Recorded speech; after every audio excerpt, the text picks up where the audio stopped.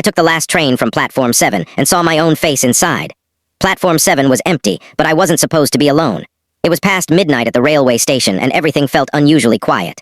I had missed my earlier train because of work, and now the loudspeaker kept repeating the same message. Last train arriving soon. I wasn't scared yet, just tired and ready to go home. The station lights flickered the way they always do late at night. A tea stall was closing, a stray dog slept near a bench, and the cleaning staff moved slowly like they wanted the night to end.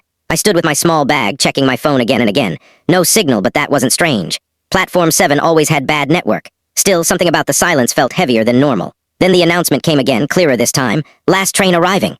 I looked down the tracks expecting noise, headlights, something familiar. But the train arrived without a sound, like it was sliding in from nowhere. No horn, no rumble, just a long row of coaches stopping perfectly in front of me.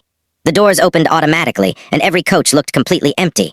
I hesitated, but a guard stepped out near the front, holding a lantern even though the platform was lit. His face was unreadable, like he had seen too many nights like this. I asked him if it was going to Central. He stared at me for a second too long, then said quietly, "Only one stop." That answer didn't make sense, but I was exhausted. Maybe it was some late-night special route. I didn't want trouble, so I boarded inside. The air was cold, like an AC running too high.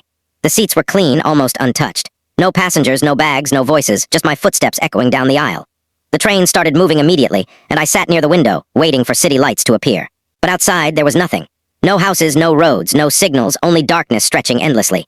It felt like the train wasn't traveling through a place anymore, but through a gap between places. I checked my phone again, but there was still no signal, and the time on the screen didn't change. A strange uneasiness crawled into my chest. I walked into the next coach, then the next, but every seat was empty. It didn't feel abandoned. It felt prepared, like the train was waiting for something that hadn't arrived yet. I went back to my seat, forcing myself to breathe and stop overthinking. Then the train gave a short, sharp horn. It was the first sound it had made, and it made my skin prickle. The train slowed down, and through the window a station appeared suddenly out of the dark. A single board hung under a dim light, and the name on it tightened my stomach. It read, "Antim Yatra, Final Journey." The train stopped, and the doors opened. No one got on, no one got off. I stood frozen, staring at the platform, feeling like I had stepped into the wrong world by mistake. Then I looked back inside the coach, and my throat went dry. The seats were no longer empty.